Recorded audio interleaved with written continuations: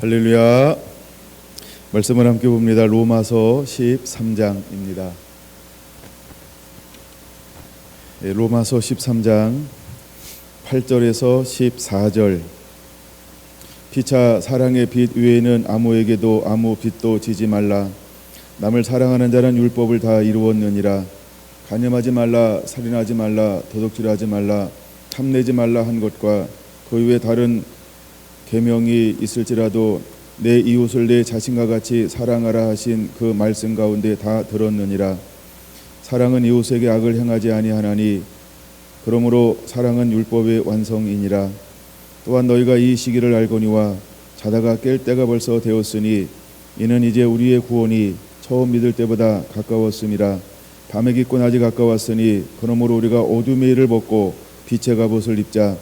낮에와 같이 단정히 행하고 방탕하거나 술 취하지 말며 음란하거나 호색하지 말며 다투거나 시기하지 말고 오직 주 예수 그리스도를 옷 입고 정욕을 위하여 육신의 일을 도모하지 말라. 아멘. 갑옷을 취하라. 5번째 시간입니다. 소제목으로는 2022년을 살아가는 삶의 지혜 5번째입니다. 우리가 새해를 시작하면서 어떻게 살아가야 할 것인가, 이런 부분으로 함께 말씀을 나누고 있습니다. 이제 우리가 신앙의 본질을 함께 나누었어요. 그 신앙의 본질을 가지고 그 다음에 우리가 어떻게 해야 할 것인가, 또 우리가 이 시대에 2022년이라고 하는 이때에 우리가 무엇으로 무장하며 살아가야 할 것인가 라고 할 때, 저는 로마서 13장 8절 이하의 말씀을 통하여서 첫째, 사랑하며 살자, 이런 마음을 주셨어요. 우리가 사랑하며 사는데 조건이 하나 있죠. 하나님을 사랑하는 사람만이 이웃을 사랑할 수 있다라고 하는 것입니다. 우리가 하나님을 사랑하기 때문에 이웃을 사랑하는데, 그럼 왜 하나님을 사랑하기 때문에 이웃을 사랑할 수 있을까? 거기에 보이지 않는 전제가 하나 있다라고 하는 것입니다. 내 몸처럼 이웃을 사랑하는 것은 하나님을 향한 온전한 헌신, 하나님의 은혜가 내게 부어지지 아니하면 내 몸처럼 이웃을 사랑할 수는 없다. 근데 우리가 믿음이 없는 사람들도 이웃을 사랑할 수 있어요. 근데 어떻게 사랑할지 못하냐 하면 내 몸처럼 나처럼 사랑하지는 못합니다. 근데 하나님은 하나님의 자녀들에게만 요구하는 것이 있어요. 하나님을 사랑하기 때문에, 하나님의 은혜가, 하나님의 말씀이, 하나님의 사랑이 내게 부어졌기 때문에 너는 나처럼 너를 사랑하듯 이웃을 사랑할 수 있단다 라고 말입니다. 그래서 우리는 나를 사랑하듯 이웃을 사랑하는 자가 되어야 합니다. 여러분, 이웃을 사랑할 때 최고의 사랑이 무엇일까? 이런 생각을 한번 해봤어요. 그래서 두 번째는 뭐냐 하면 우리가 깨어 있어야 되고 깨우는 자가 되어야 한다라고 하는 겁니다. 깨운다라고 하는 것은 여러 가지 의미가 있는데, 그 중에서 어떤 의미가 있냐 하면 우리가 빛을 몰라요, 생명을 몰라요, 그에게는 복음이 없어요. 그 다음에 영이요 진리이고 생명이신 예수님을 몰라요. 우리가 깨우는 자로 살아갈 때 가장 이웃을 내 몸처럼 사랑하는 것 중에 최고의 사랑이 무엇일까? 바로 그 부분은 복음을 전하는 것이라고 하는 것입니다. 우리가 예수 그리스도를 전하여 주는 것입니다. 그러므로 우리가 2022년은 두 번째, 깨어 있고 깨우는 자로 살아가는 자가 되기를 예수님의 이름으로 축원을 드립니다. 물론 우리가 영적으로 이 시기가 어떤 시대인지 알고 영적으로 깨어 있는 것 필요합니다. 우리가 그것을 위해서도 끊임없이 우리는 달려가야 할 것입니다. 근데 그 중에 깨우는 것 중에 하나가 또 중요한 게 바로 잃어버린 영혼들을 향한 우리가 사랑을 어떻게 가지고 나갈 것이냐, 그래서 그것을 어떻게 우리가 증거할 것이냐, 이것 또한 굉장히 중요한 것인 것입니다. 하나님께서 우리를 사랑하셔서 하나님의 가장 사랑하는 아들을 우리에게 보내어 주었습니다. 그것을 요한복음 3장 16절은 우리에게 이렇게 말씀하고 있는 거죠. 하나님의 세상을 이처럼 사랑하사 독생자를 주셨다라고 하는 것입니다. 여러분, 요한 1서에 보면 주님께서 이렇게 말합니다. 내가 온 것은 마귀의 일을 멸하러 오셨다라고 말입니다. 마귀가 하는 일이 무엇일까요? 빼앗는 겁니다. 죽이는 것입니다. 속이는 것입니다. 미혹하는 것입니다. 하나님과 관계를 방해하고 끊어버리는 것입니다. 그래서 영원한 죽음 가운데 영원한 죽음은 뭐라고 표현할 수 있냐 하면 잠자는 것, 이렇게 표현할 수 있어요. 그래서 영원한 죽음 가운데 거하도록 만드는 것이 사단이 하는 일이라고 한다면, 이제 하나님의 사람 된 저와 여러분들은 무엇을 해야 할까? 내가 깨어있고 깨우는 자로 이제 잃어버린 수많은 영혼들에게 복음이신 예수 그리스도를 증거하는 것입니다. 바로 이것이 신앙의 본질, 재생산 그대로 살아가는 삶인 것입니다. 여러분, 제가 재생산을 다루면서 가장 중요시 여겼던 것 중에 포인트, 이 기초가 됐던 것 중에 하나가 뭐냐 하면 예수님을 닮는 것이다 라고 말씀을 드렸어요. 그럼 이제 우리에게 하나님께서 충성된 자에게 하나님이 이제 무엇을 맡길 것이냐 하면 비밀한 것들을 맡길 것인데, 그 비밀한 것이 무엇이다? 바로 복음이라고 하는 것입니다. 복음의 주체가 뭘까요? 예수 그리스도. 그러므로 우리는 깨어 있고 깨우는 자로 이웃을 사랑하며 빛 대신 생명 대신 예수 그리스도를 증거하는 것, 이것이 우리의 삶이 되어야 할 줄로 믿습니다. 할렐루야. 그래서 더불어 살려내면서 또 내가 점점 예수 그리스도 더 깊이 닮아감으로 인해서 우리가 2022년 일어나 빛을 발하는 그리고 성결한 성도들이 다 되게 되기를 예수님의 이름으로 축원을 드립니다. 할렐루야. 그 다음에 세 번째 우리가 해야 될 일이 있다는 것이죠. 이제 우리가 서로 사랑하면서 생명을 살려내고 또 점점 더 우리가 더 영광스러운 몸으로 변화되어질 것이고 온전한 주님의 기쁨이 되어서 살아가기 위해서 정말로 우리에게 필요한 것이 있는데, 그게 뭐냐 하면 어둠의 일을 끊임없이 벗어버리는 거예요. 사단은 우리에게 와서 어둠을 끝까지 끊임없이 우리에게 입혀주려고 할 거예요. 그럴 때마다 우리는 거부해야 되고 그걸 벗어버려야 하는 것입니다. 그리고 우리는 무엇을 입고 있어야 할까? 빛이신 예수 그리스도로 옷 입고 있어야 한다는 것입니다. 그래서 2022년을 시작하면서 우리가 어떻게 살아가는 삶의 지혜를 가지고 나가야 할까? 어둠의 일을 벗고 빛이신 예수님으로 옷 입고 살아가게 되기를 원합니다. 할렐루야. 이제 여러분, 우리는 어둠의 일들을 끊임없이 벗어버리는 자가 되어야 할 줄로 믿습니다. 다시 한번 반복하는 의미가 있는데 로마서 8장을 보겠습니다.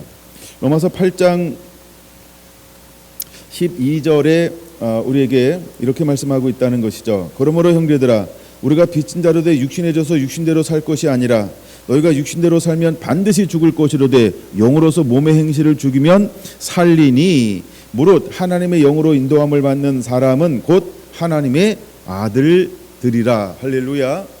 그러므로 우리는 어둠의 일을 벗고 예수 그리스도를 옷 입고 하나님의 영, 성령이 인도하는 대로 살아가는 자들이 되어야 할 줄로 믿습니다. 여러분, 어둠의 일, 즉 육신대로 살면 뭐 할 것이로되 죽을 것이로되, 육신대로 살면 반드시 죽을 것이로되 영으로서 몸의 행실을 죽이면 살리라 라고 말씀하고 있는 것처럼 우리는 어둠의 일들을 반드시 벗어버리는 자가 되어야 할 줄로 믿습니다. 할렐루야. 할렐루야. 여러분, 어둠의 일들을 벗어버리는 삶을 살라고 주님 우리에게 요구하고 있어요. 여러분, 어둠의 일은 무엇으로 오는가? 로마서를 보고 있으니까 8장 5절에서 8절까지 볼까요? 육신을 따르는 자는 육신의 일을, 영을 따르는 자는 영의 일을 생각하나니 육신의 생각은 사망이요 영의 생각은 생명과 평안이니라. 육신의 생각은 하나님과 원수가 되나니 이는 하나님의 법에 굴복하지 아니할 뿐 아니라 할 수도 없음이라. 육신에 있는 자들은 하나님을 기쁘시게 할 수 없느니라. 바로 어둠의 일이라고 하는 게 뭘까요? 육신이라고 하는 것입니다. 우리가 육신적인 일들이라고 하는 것입니다. 이것이 어둠의 일이라고 하는 것입니다. 그러므로 우리는 어둠의 일들을 벗어버려야 합니다. 여러분, 우리를 보통 3분법으로 하면 영, 혼, 육으로 구성되어져 있다, 이렇게 표현할 수 있죠. 그러므로 혼적인 영역인 지정이라고 하는 이 부분을 우리는 완전히 내려놓아야 한다는 것입니다. 지정의를 땅에 있는 것으로 채우는 것이 아니고 위로부터 내려온 하나님의 말씀으로 지정의를 채우는 자가 되어야 할 줄로 믿습니다. 할렐루야. 그래서 우리의 혼이 땅에 있는 세상에 또한 사단에게 지배를 받는 것이 아니고 이제 하나님의 영으로 인도함 받는, 그래서 영으로 채워져서 지정의의 가치관이 새롭게 드러나야 할 줄로 믿습니다. 할렐루야. 이것을 일컬어 우리는 어둠의 일을 벗는 것이다 라고 표현할 수 있다는 것입니다. 요한일서 2장 15절 17절에 말합니다. 안목의 정욕과 육신의 정욕과 이생의 자랑, 이 모든 것은 땅으로 세상으로부터 오는 것이다. 결국 그것은 마귀로부터 오는 것이다 라고 말하고 있는 것입니다. 여러분이 이 모든 것들을 다 벗어버리는 자가 되어야 할 줄로 믿습니다. 할렐루야. 한번 요한일서 3장 1절을 보겠습니다. 요한일서 3장 1절 이렇게 말하죠. 보라, 아버지께서 어떠한 사랑을 우리에게 베푸사 하나님의 자녀라 일컬음을 받게 하셨는가. 우리가 그러하도다. 그러므로 세상이 우리를 알지 못함은 그를 알지 못함이라 라고 말하고 있어요. 여러분, 세상은 하나님을 알지 못합니다. 그러나 이제 우리가 어둠의 일을 벗고 빛의 갑옷을 입은 그 사람은 온전히 하나님을 알고 하나님을 섬기게 될 것이기 때문에 우리는 어둠의 일들을 반드시 벗어버리는 자가 되어야 할 줄로 믿습니다. 할렐루야. 여러분, 요한일서 3장 11절 12절은 이렇게 말하죠.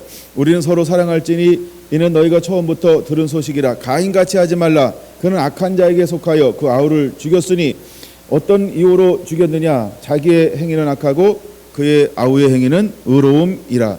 이제 가인에게 속한 수많은 사람들은 이제 하나님께 속한 사람들을 끊임없이 핍박하려고 달려들게 될 것입니다. 여러분, 중요한 것은 가인과 아벨은 형제라고 하는 거예요. 즉 같은 공간에 있다라고 하는 것입니다. 같은 지위를 가지고 있다라고 하는 것입니다. 근데 이제 때가 되면 될수록 이 둘 사이에 큰 변화가 일어나게 될 거라는 것이죠. 한 사람은 받으시는 예배자가 될 것이고 한 사람은 받을 수 없는 삶을 살아가게 되는 것이죠. 근데 하나님을 예배를 드리나 하나님 받지 않는 이 사람은 점점 어떻게 될까요? 악해지게 될 거라는 것이죠. 근데 하나님께 받으시는 예배자는 순둥이처럼 살아가지만 이 사람은 하나님을 기쁘시게 하는 자요 영의 인도함을 온전히 받는 자입니다. 근데 처음 살인이 예배에 실패로 일어났던 것처럼 마지막 때에도 점점 구분이 일어나게 될 것입니다. 하나님 받으시는 예배자, 하나님 받으실 수 없는 예배자. 지난 시간에 말씀드렸죠. 이미 해막과 성전이 지어졌음에도 불구하고 예루살렘에는 예배가 온전한 예배가 회복됐던 적이 너무나 적다는 것입니다. 많은 시대에 무엇이 무너졌을까요? 예배가 무너졌습니다. 근데 사단은 끊임없이 무엇을 공격할까요? 예배를 공격하게 될 거라는 것이죠. 여러분, 사단은 다른 데 관심이 없어요. 사단이 가장 관심이 있는 게 어딜까요? 예배자냐 예배자가 아니냐, 여기에 최고의 관심을 가지고 있습니다. 그래서 왜냐하면 하나님은 우리를 통하여 뭐 하기를 원하시는 분일까요? 예배를 받으시기를 원하시는 분입니다. 타락한 천사, 즉 사단은 무엇을 했던 존재일까요? 하나님을 예배하는 존재였다는 것이죠. 그래서 하나님께서 우리들을 만드셔서 우리를 통하여 무엇 받기를 원하셨을까요? 예배를 받기 원하셨다는 거예요. 그럼 우리의 가장 핵심이 무엇이 되어야 할까? 예배가 되어야 한다는 겁니다. 그래서 사단은 끊임없이 우리 안에 있는 이 혼적인 영역에 무엇을 가져다 줄까요? 땅의 것으로, 세상 것으로, 자기 마귀 것으로 갖다 줘서 정욕에 빠지게 만드는 거예요. 정욕이 뭘까요? 정욕의 대표적인 것은 욕심이라고 하는 것입니다. 그러므로 사단은 끊임없이 우리에게 욕심에 빠지게 하는 거예요. 자기 생각, 자아, 자기 교만, 이것으로 빠지게 만들어서 가인처럼 하나님을 예배하는 행위는 있으나 하나님의 말씀하고는 빗나간, 그래서 하나님께 도저히 받을 수 없는 어떤 행위를 행위를 하고 있으면서도 마치 내 것을 하나님이 받아주실 것이라고 착각하며 사는 세대가 반드시 돌아오게 될 거라는 것이죠. 모든 시대가 실제는 그랬지만 이제 주님이 가까이 오시면 오실수록 사단은 있을 것이 없어 이 땅에 쫓겨남을 당할 것이고, 그들은 자기 때가 얼마 남지 않음을 깨닫고 하나님 앞에 드려지는 그 예배자들을 어마어마한 방법으로 공격해 오게 될 거라고 하는 것입니다. 그래서 사단의 안목은, 사단의 이 초점은 어디에 있을까요? 교회에 있을 거라는 거예요. 여러분, 사단의 진짜 중심은 교회 위에 다른 데 없습니다. 왜?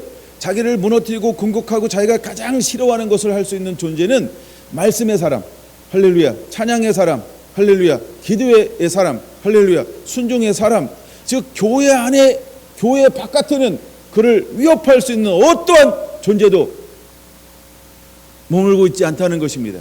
근데 교회 안에는 사단을 위협할 수 있는 놀라운 능력을 가지고 있어요. 그게 무엇일까요? 살아있는 하나님의 말씀이라고 하는 것입니다. 그래서 사단의 모든 관심은 교회 안에 있을 거예요. 근데 자기 때가 얼마 남지 않음을 알고 있는 사단은 마지막 때 할 수 있는 모든 걸 다 동원해서 결국은 누구를 잡을까요? 누구를 잡으려고 할까요? 누구를 죽이려고 할까요? 누구를 괴롭힐까요? 그렇죠? 뻔한 겁니다. 여러분, 교회를 흔들려고 주변을 흔들 거예요. 주변을 흔들어서 교회를 합법적으로 여러 가지 방법으로 그는 공격하게 될 거라는 것입니다. 그래서 여러분, 우리는 무엇보다도 어둠의 일을 벗고 빛이신 예수님으로 반드시 옷 입고 있어야 한다는 걸 깨달아야 할 줄로 믿습니다.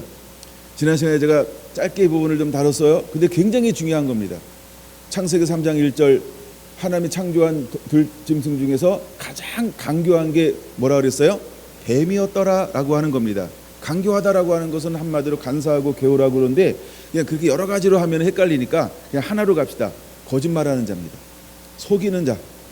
속이다, 거짓말하다. 그래서 간사하다라고 하는 건 속이는 거예요. 간사하다라고 하는 건 속이는 거예요. 근데 뱀의 가장 치명적인 게 뭐냐 하면 속이는 거예요. 여러분들도 많은 분들이 아이들을 키워봤어요? 이미 키우고 있어요? 그래서 가장 열받을 때가 언제인가라고 한번 물어보세요.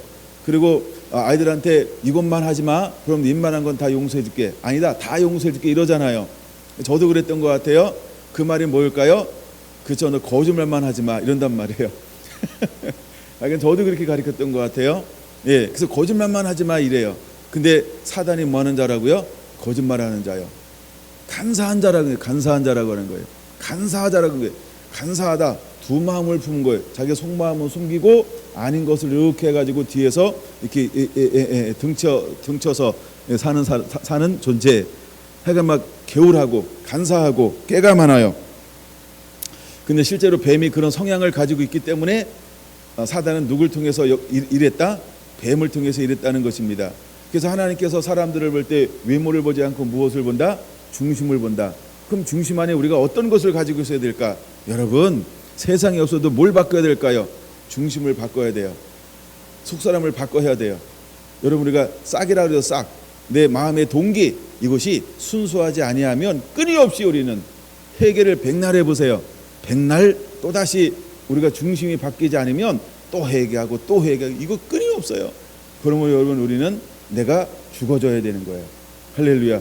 내가 죽어져야 돼요. 그래야만 살 수 있는 놀라운 은혜가 임하게 되는 것입니다. 사단을 일컬어서 무엇하는 존재라고 말하고 있냐면 계시록 11장도 봤어요. 참소하는 자라고 말했습니다. 사단은 참소하는 자예요. 참소하는 자. 자기가 어찌할 수 없으니까 하나님 앞에 참소합니다. 그러면 하나님께서 허용한 법위까지는 우리를 어떻게 할 수 있는 거예요? 괴롭힐 수 있어요. 어지럽힐 수 있어요. 우리에게 사단이 원하는 수많은 것을 가지고 우리를 끊임없이 사단은 합법적으로 미혹할 수 있는 존재라고 하는 것입니다. 그래서 하나님 앞에 떨어진 사람들을 사단은 자기 주권으로 마음껏 유린할 수 있는 존재가 사단이라고 하는 것입니다. 그래서 우리는 반드시 무엇을 벗어버리는 자가 되어야 할까? 어둠의 일을 벗는 자가 되어야 합니다. 그럼 어둠의 일은 어디로부터 오는 것이냐라고 할 때 정욕으로부터 온다라고 하는 겁니다. 여러분, 정욕의 가장 근본적인 것은 무엇이냐 하면 우리 안에 있는 욕심이라고 하는 것입니다. 그래서 욕심이 잉태한 즉 죄를 낳고 죄가 장성한 즉 사망을 낳느니라. 할렐루야. 주 예수를 믿으라. 그러면 너와 내 집이 구원을 얻으리라. 우리가 하나님을 믿음으로 하나님의 자녀가 되고 영원한 생명인 구원을 얻는 것처럼, 근데 이제 우리가 욕심은 결국 무엇을 가져다 줍니까? 영원한 죽음. 여기서 말하는 죽음이라고 하는 것은 하나님과의 분리를 말하고 있는 것입니다. 그럼 우리가 무엇을 해야 할까? 이제 여러분들은 어둠의 일을 반드시 벗어버리고 빛이신 예수님으로 옷 입는 자들이 되어야 할 줄로 믿습니다. 할렐루야. 고린도후서 4장을 한번 보겠습니다. 고린도후서 4장입니다. 고린도후서 4장 6절 볼까요?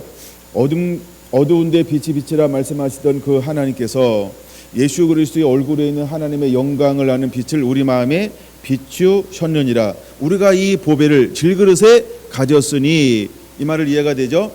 자, 우리가 이 보배는 누굴까요? 복음이신 생명이신 예수 그리스도를 말하고, 그릇은 누굴까요? 각 사람을 말하는 거죠. 그러니까 우리 마음을 말하는 거예요. 우리의 몸된 성전을 말하는 것이죠.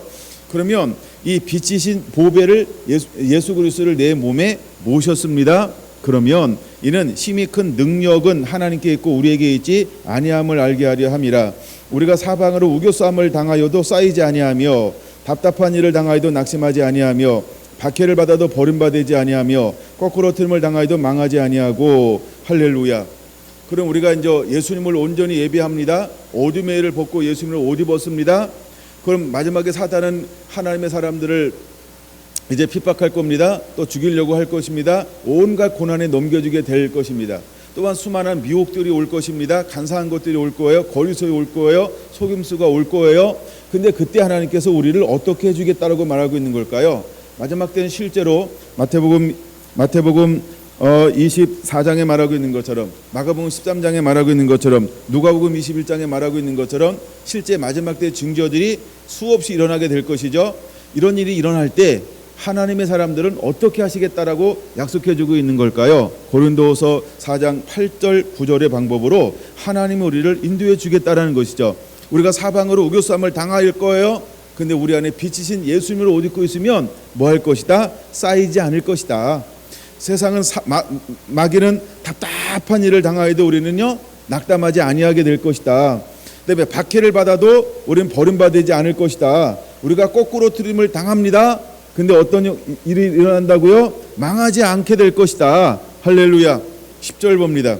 우리가 항상 예수의 죽음을 몸에 짊어짐은 예수의 생명이 또한 우리의 몸에 나타나게 하려 함이라. 할렐루야. 여러분, 왜 죽어도 살겠고가 이루어지는지를 깨달아야 합니다. 여러분, 죽는 것이 사는 길임을 믿으시기 바랍니다. 우리는 예수님을 위해서 죽어야 합니다. 우리는 복음을 위해서 죽어야 합니다. 우리는 진리를 위해서 죽어야 합니다. 할렐루야. 우리가 자아가 완전히 죽어져야 합니다. 내 생각, 내 판단, 내 모든 것들이 완전히 죽어져야 합니다. 그리고 오직 하나님의 뜻이 하늘에서 이루어진 것처럼 우리의 마음과 우리의 심령이 이루어질 수 있도록 하나님을 위하여 말씀이 우리 안에 그대로 심겨져 살아갈 때 우리는 10절의 말씀이 그대로 우리 가운데 일어날 걸 믿으시기 바랍니다. 여러분, 고난이 시련이 우리에게 유익인 걸 믿으시기 바랍니다. 11절 우리 살아있는 자는 항상 예수를 위하여 죽음에 넘겨짐은 예수의 생명이 또한 우리의 죽을 육체에 나타나게 하려 함이라. 할렐루야. 우리가 핍박을 받을수록, 자아가 죽으면 죽을수록, 내가 포기되면 포기될수록 우리 안에 무엇이 드러난다라고 말씀하고 있습니까? 예수 그리스도. 그러므로 우리는 어둠의 일을 벗고 빛이신 예수님으로 옷 입어야 한다라고 하는 것입니다. 13절 기록된 바 내가 믿었으므로 말하였다 한 것 같이 우리가 같은 몸으로 같은 믿음의 마음을 가졌으니 우리도 믿었으므로 또한 말하노라. 주 예수를 다시 살리시니가 예수와 함께 우리도 다시 살리사 너희와 함께 그 앞에 서게 하실 줄을 아노라. 할렐루야. 여기서 서다라고 하는 말은 승리한다, 이긴다 이런 의미죠. 그러므로 주님은 우리에게 이기는 길을 보여주고 있는 것입니다. 이제 우리는 숨은 이 부끄러움의 일을 버리고 주님 앞에 나가는 자가 되어야 할 줄로 믿습니다. 고린도후서 4장 2절이죠. 이렇게 말하죠. 이에 숨은 부끄러움의 일을 버리고 속임으로 행하지 아니하며 하나님의 말씀을 혼잡하게 하지 아니하며 오직 진리를 나타내므로 하나님 앞에서 각 사람의 양심에 따라 스스로 추천하노라. 만일 우리 복음이 가려웠으면 망하는 자들에게 가려워진 것이라. 그 중에 이 세상의 신이 믿지 않은 자들의 마음을 혼미케 하여 그리스도 영광의 복음의 강체가 비치지 못하게 함이니 그리스도는 하나님의 형상이니라. 할렐루야. 왜 우리가 어둠의 일을 벗고 빛이신 예수님으로 옷 입어야 할까? 우리가 예수님으로 옷 입은 그 사람은 더 이상 여러분 사절이 일어나지 않을 것입니다. 복음의 빛이 가리워지는 일이 일어나지 않게 될 것입니다. 그러나 우리가 어둠의 일을 자꾸 입고 있으면 복음의 빛은 스스로 차단되어지게 되어져 있다는 것이죠. 그러므로 우리는 어둠의 일을 벗어버려야 합니다. 육신을 벗어버려야 합니다. 정욕을 벗어버려야 합니다. 할렐루야. 그리고 우리는 예수님으로 옷 입는 자가 되어야 하는 것입니다. 여러분, 사단은 끊임없이 우리를 속임으로 이 부끄러운 일을 벌인다, 숨은 부끄러운 일을 버리고라고 말합니다. 그래서 이 속임으로 항상 행하기를 원하는 것이죠. 그것이 바로 사단의 대표적인 일이라고 하는 것입니다. 근데 사단이 하는 일 중에 하나가 뭐냐면 말씀을 혼잡하게 하는 일을 행하게 한다라고 하는 것이죠. 사단은 말씀을 혼잡하게 하는 거예요. 4장 2절의 말씀 보는 것처럼 하나님의 말씀을 혼잡하게 하지 아니하고 라고 하는데, 사단이 하는 것은 말씀을 혼잡하게 한다. 그래서 우리를 미혹하게 할 거라는 것이죠. 그래서 그런 다른 예수, 다른 영, 다른 복음을 일만 스승이 하는 일이 뭐라 그랬어요? 다른 걸 가지고 온다 그랬죠. 근데 일만 스승이 어디 있다 그랬어요? 그리스도 안에 있다라고 말하고 있어요. 근데 그들은 스스로 그리스도 안에 있는데 실제는 그리스도 안에 있는 걸까요? 밖에 있는 걸까요? 그러면서 사단은 마지막에 누구를 이용할까요? 그리스도 안에 있다라고 생각하는 일만 스승들을 통하여서 진짜들을 핍박하고 미혹하고 유혹하게 될 것이다. 그러므로 우리는 이제 2022년을 살아가면서, 이 시대를 살아가면서 우리가 해야 될 너무너무 중요한 것 중에 하나가 뭐냐 하면 어둠의 일을 벗어버려야만 한다는 거예요. 할렐루야. 여러분, 사단은요 누구를 통하여 미혹할 거라고요? 사람을 통하여. 근데 그 사람이 어디 있을까요? 그 사람이 어디 있을까요? 교회 안에 있어요. 그래서 적 그리스도가 될 수 있는 거예요. 만약에 불교에 있다 그러면 적 그리스도가 될 수 없어요. 그거 생각 안 해보셨나요? 그냥 만약에 믿지 않는 대통령이잖아요. 그럼 적 그리스도가 될 수 없어요. 그러니까 기독교 국가가 아닌 나라에서 적 그리스도가 일어날 수가 없어요. 크다란 큰 틀 안에서 이런 비밀을 깨달아야 합니다. 아무 나라에서나 적 그리스도가 일어나지 않아요. 그리스도 안에 기독교 국가, 거기서 일어나는 거예요. 그래서 여러분, 적 그리스도는 누구라 그랬어요? 죽을 병에 걸렸다가 살아나나니. 그렇죠? 근데 그래서 많은 사람들이 누구를, 보통 우리가 지금까지 대표적인 사람이 누가 적 그리스도가 될 것이라고 보고 봐왔죠? 그 사람이요. 그래서 그 이유가 있습니다. 그다음에 두 번째는 어떤 사람들은 이제 누가 또 적 그리스도가 될 것이냐라고 할 때요, 기독교 국가 어느 대통령, 이런 표현들이 합니다. 그 중에 하나가 이제 우리가 두 번째 제일 많이 봤던 것이 누구였죠? 유럽 연합, 이런 것이에요. 그다음에 이제 세 번째가 미국의 뭐 대통령, 그러니까 이런 시각들이 있어요. 근데 그 배경이 이런 배경을 가지고 있는 거예요. 그러니까 기독교 국가가 아닌 곳에서는 적 그리스도가 일어나지 않습니다. 중국에서 일어날까요? 네, 중국의 저기 뭐죠? 중국은 이름은 아는데 뒤에 대통령 아니고 뭐라 그러죠? 적 그리스도가 될 수가 없어요. 그렇죠? 그리스도 안에서 일어나게 될 거라는 거예요. 그래서 적 그리스도가 일어나게 될 겁니다. 그 다음에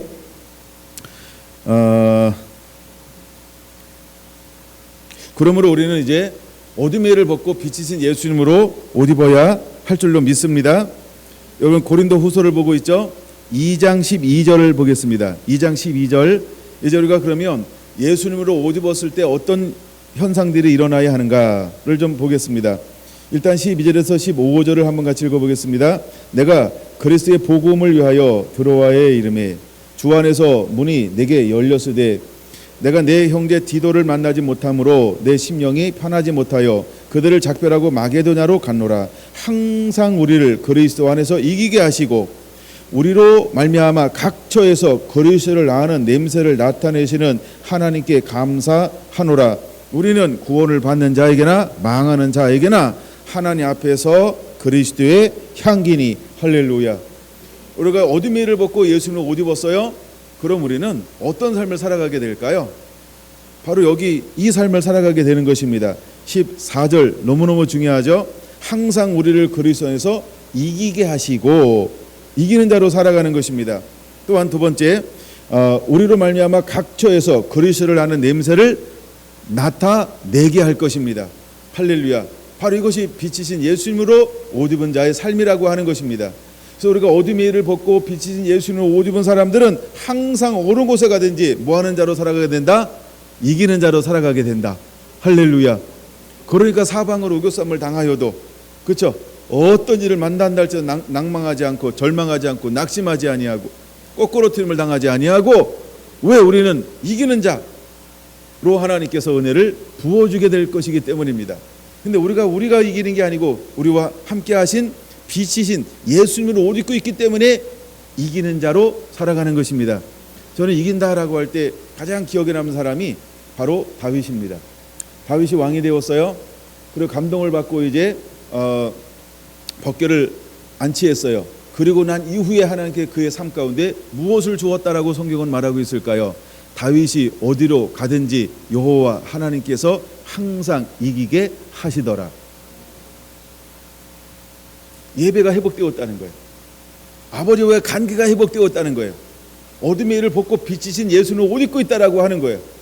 그러니까 예수님으로 옷 입고 있을 때 하나님은 다윗을 어떤 삶을 살아가게 만들었다? 항상 어디로 가든지 이기게 하셨다라고 하는 것이죠.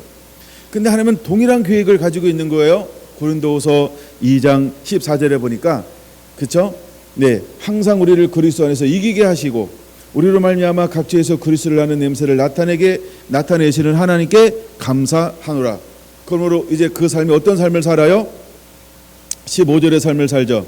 16절의 삶을 15절 16절 우리는 구원을 받는 자에게나 망하는 자에게나 하나님 앞에서 그리스도의 향기니 이 사람에게는 사망으로부터 사망에 이르는 냄새요 저 사람에게는 생명으로부터 생명에 이르는 냄새라. 누가 이를 감당하리요. 할렐루야. 여러분, 이제 우리는 이 삶을 살아내는 자들이 되어야 할 줄로 믿습니다. 두 번째, 우리는 어둠의 일을 벗고 빛의 갑옷을 입을 때 무엇으로 드러나기를 원할까? 또 무엇으로 드러날 것인가? 3장 3절입니다. 너희는 우리로 말미암아 나타난 그리스도의 편지니. 할렐루야. 이제 여러분, 하나님은 저와 여러분들이 어둠의 일을 벗고 예수님으로 옷 입을 때 우리를 통해서 무엇이 드러나기를 원합니까? 하나님의 편지, 우리가 하나님의 편지라고 하는 것입니다. 우리가 하나님의 복음 전하는 자, 깨우는 자라고 하는 것입니다. 할렐루야. 이제 하나님께서 그것으로 우리를 들어 쓰시고 사용하시겠다라고 말씀하고 있는 것입니다. 그 다음에 더 나아가 세 번째, 우리가 어둠의 일을 벗어버리고 예수님으로 옷 입었을 때 우리는 어떤 일꾼이 되는 걸까요? 6절 보겠습니다. 그가 또한 우리를 새 언약의 일꾼 되기에 만족하셨으니. 할렐루야. 이제 우리는 새 언약의 일꾼으로 하나님이 우리를 들어 쓰고 사용하기를 원하는 것입니다. 여러분, 새 언약의 일꾼이 무엇일까요? 이것이 바로 하나님의 비밀인데 이것은 복음이라고 말하고 있는 것입니다. 이제 하나님이 이 복음을 위해서 하나님의 한 사람들을 일으키게 될 것입니다. 근데 이것은 결국 무엇을 나타내는 자인가라고 할 때 하나님의 영광을 드러내고 나타나는 자라고 말씀하고 있는 것이죠. 문맥으로 여러분들이 3장 1절에서 18절까지 쭉 3장 전체를 보면 그 새 언약의 일꾼은 무엇인가라고 할 때 18절에 말씀하고 있는 것처럼 영광에서 영광에 이르니 주의 영광으로 말미암음이니라 라고 하는 것처럼 이 새 언약의 일꾼은 무엇을 드러내는 자일까요? 하나님의 영광을 드러내는 자라고 하는 것입니다. 그러므로 우리는 어둠의 일을 벗고 빛이신 예수님으로 옷 입는 자가 되어야 할 줄로 믿습니다. 할렐루야. 그럼 왜 우리가 어둠의 일을 벗어버려야 할까? 여러분, 어둠은 언제부터 우리가 옷 입고 있게 되었을까요? 아담이 하나님 앞에 말씀에 불순종하여 범죄한 그 이후로 우리는 어둠을 입었습니다. 그럼 이것이 언제 벗겨지게 되는 걸까요? 언제 벗겨지게 되는 걸까요? 베드로후서 1장을 한번 보겠습니다. 베드로후서 1장 17절. 베드로후서 1장 17절. 유명한 구절이에요. 자주 제가 인용하는 성경 구절이기 때문에 찾으셨나요? 같이 한번 봉독합니다. 시작. 지극히 큰 영광 중에서 이러한 소리가 그에게 나기를 이는 내 사랑하는 아들이요 내 기뻐하는 자라 하실 때에 그가 하나님 아버지께 영광과 존귀와 영광을 받으셨느니라. 아멘. 제가 한글을 잘 못 읽었어요. 죄송합니다. 자, 보세요. 이 부분이 어떤 부분을 보여주고 있는 것이죠? 예수님께서 세례를 받으실 때 예수님도 이 땅에 무엇을 입고 오셨죠? 육신을 입고 오셨죠. 육으로 오셨죠. 인성으로 오셨죠. 그래서 예수님도 무엇을 입어야 할까요? 영광과 존귀로 옷 입어야 하는 것이죠. 할렐루야. 그럼 이제 우리도 마귀가 아담이 범죄함을 통해서 이제 우리가 뭐의 지배를 받게 되어졌어요? 그렇죠? 이 세상 신인 마귀의 지배를 받게 되어져 있죠. 그럼 우리가 어둠의 일을 벗고라고 할 때는 어둠은 뭐라 그랬어요? 마귀죠. 이 마귀의 일을 벗어버리는 거죠. 그럼 어둠의 일을 벗고 빛의 갑옷을 입으라라고 할 때 우리가 빛의 갑옷을 입어야 되는데 어둠의 일을 벗고 빛의 갑옷을 입기 위해서 언제 일이 이루어지나요? 세례라고 하는 게 뭘까요? 내가 죽고 내 안에 예수가 사는 것이죠. 내가 죽고 내 안에 예수가 사는 거죠. 할렐루야. 그래서 내가 죽고 내 안에 예수님이 살 때 어둠의 일을 벗어버리고 빛이신 예수님으로 옷 입을 수 있다라고 하는 것입니다. 근데 성경은 이것을 뭐라고 표현하고 있냐면 이것을 먹는 날에 내가 정녕 죽으리라 라고 말했어요. 그럼 죽다라고 하는 의미가 뭐냐 하면 하나님과 나 사이에 분리를 말하는 거죠. 그래서 분리는 어떻게 이루어졌냐 하면 하나님의 영이 아담에게서 떠났어요. 그래서 뭐가 되었습니까? 육체가 되었다라고 말합니다. 이걸 육신이라고 표현하는 거죠. 그래서 육신은 어둠의 일이라고 하는 겁니다. 그래서 육신은 땅에 끌린다라고 하는 걸 우리가 알아야 합니다. 근데 하나님은 끊임없이 어떤 계획을 가지고 있어요? 이제는 이 죄를 근본적으로 해결할 계획을 가지고 있었어요. 그래서 이 죄를 근본적으로 해결하실 분이 누구였어요? 예수 그리스도. 그래서 이 세상에는 어떤 사람도 이것을 근본적으로 해결할 수 없기 때문에 하나님은 하나님의 아들이신 예수님을 이 땅에 보내어 주셨죠. 그래서 그가 오심의 이유를 뭐라고 설명하고 있다? 마귀의 일을 멸하려 하심이라. 그럼 마귀가 하는 일이 뭐냐면 끊임없이 육신을 가지고 뭐예요? 하나님과 관계를 방해하는 거죠. 온전히 하나님의 영광에 이르지 못하게 하는 것이죠. 그 다음에 온전한 방법으로 행하지 아니하고 늘 그림자의 형상으로 하나님 앞에 나가도록 했다는 것입니다.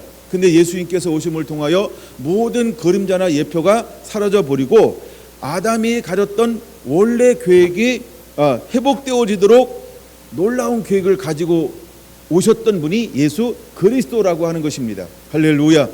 이제 우리는 이 시대를 살아가는 저와 여러분들은요 어둠의 일들을 완전 벗어버리고 빛이신 예수 그리스도를 옷 입고 이제는 이 완성된 자, 온전한 자가 되어야 한다라고 하는 것입니다. 할렐루야. 그래서 어둠의 일을 벗고 빛의 갑옷을 입으라라고 하는 이 말은 상상 위에 어마어마한 하나님의 계시, 하나님의 비밀들이 숨어져 있는 놀라운 말씀이라고 하는 것입니다. 그러므로 이제 우리는 더 이상 육신의 정욕을 위하여 살지 않고 예수 그리스도를 위해서 사는 자들이 되어야 하는 것입니다. 그래서 세례라고 하는 건 뭐냐면 내가 짓고 예수님이 사는 것이 세례인 것입니다. 여러분 우리가 침례를 받든 세례를 받든 여러분 이제 우리는 세례를 받나 이 말은 뭐냐면 내가 죽는 거라고 하는 것입니다. 자아가 죽는 거예요. 속사람이 죽는 거예요. 생각 가치관이 완전한 변화가 일어나는 것입니다. 더 이상 이제는 땅을 위해 살잖아요. 육신을 위해 살잖아요. 야망을 위해 살잖아요. 욕심을 위해 살잖아요. 안목의 정욕을 위해 살잖아요. 일생의 자랑을 위해 살잖아요. 여러분 세례받은 사람은 무엇을 위해서 사는 사람일까요? 이제는 하나님을 위하여 하나님의 뜻이 하늘에서 이루어진 것처럼 이 땅에서 이루어지는 그 나라와 의를 위하여 살아가는 사람, 이것이 바로 하나님의 자녀가 되어지는 것입니다. 근데 우리는 다 세례 받았다고 이야기합니다. 근데 여전히 우리 안에 무엇이 끌림이 있을까요? 그렇죠? 예, 아직도 죄의 끌림이 있어요. 육신의 끌림이 있어요. 육신적으로 살아요. 아직도 어둠의 일과 짝하고 살고 있어요.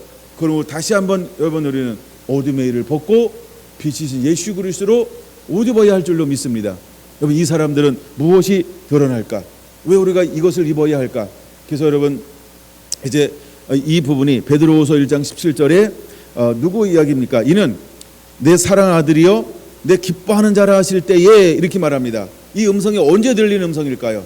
예수님께서 요단강에 세례받고 올라오실 때 하늘문이 열리면서 들려진 음성이라고 하는 것입니다. 그러므로 우리도 온전히 예수님으로 충만해야 할 줄로 믿습니다. 우리가 세례받을 때 세례란 내가 짓고 내 안에 예수님이 사는 것입니다. 그럼 내 안에 예수님이 무엇으로 살게 될까요? 성령의 오심을 통하여. 그래서 예수님께서 세례를 받고 올라오실 때 어떤 현상이 일어났어요? 비둘기 같은 성령이 그 위에 임하더라는 것입니다. 할렐루야. 여러분 그럼 우리가 육신의 이 어둠의 일을 벗어버리고 빛이신 예수님을 옷 입기 위해서 우리에게 무엇이 오셔야 할까요? 성령이 오셔야 한다는 겁니다. 여러분 우리가 성령에 반드시 이끌림을 받아야 할 줄로 믿습니다. 성령은 하나님의 깊은 곳까지도 통달하시느니라고 우리가 2장 10절에서 나눴던 것처럼 고린도전서 그처럼 여러분 우리가 그래야만 가장 신앙의 기본인 재생산을 이룰 수 있는 것처럼 여러분 이제 우리가 2022년을 살아갈 때 마지막으로 빛이신 예수님으로 옷 입기 위해서 우리에게 결정적으로 중요한 게 있다는 겁니다. 그게 뭘까요? 성령으로 옷 입어야 한다는 겁니다. 성령이 오셔야 한다는 것입니다. 성령이 오시지 아니하면 결단코 어둠의 일들은 벗어버릴 수가 없어요. 그럼 우리 한 분 한 분들이 하나님의 성령으로 충만함을 받는 그런 은혜들이 임하게 되기를 예수님의 이름으로 축원을 드립니다. 할렐루야.